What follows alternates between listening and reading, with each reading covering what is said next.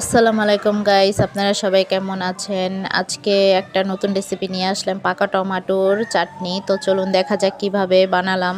তো প্রথমে পেঁয়াজ মরিচ তেলে ভেজে নিয়েছি, মরিচ না সরি রসুন।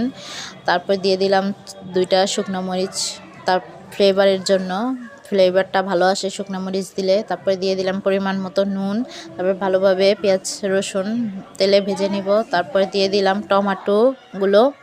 তো টমেটোগুলো সামান্য একটু ভেজে চুলার আঁচ ডিপ দিয়ে রাখতে হবে। তারপরে একটু গলে আসলে হলুদ মরিচের গুঁড়ো দিয়ে দিতে হবে, পরিমাণ মতো কাঁচা মরিচ দিয়ে দিতে হবে। আপনারা যতটুকু ঝাল খেতে পছন্দ করেন সেই অনুযায়ী দিবেন। তারপরে আর একটু নরম হয়ে গেলে চামচের সাহায্যে ভালোভাবে গালিয়ে নিতে হবে।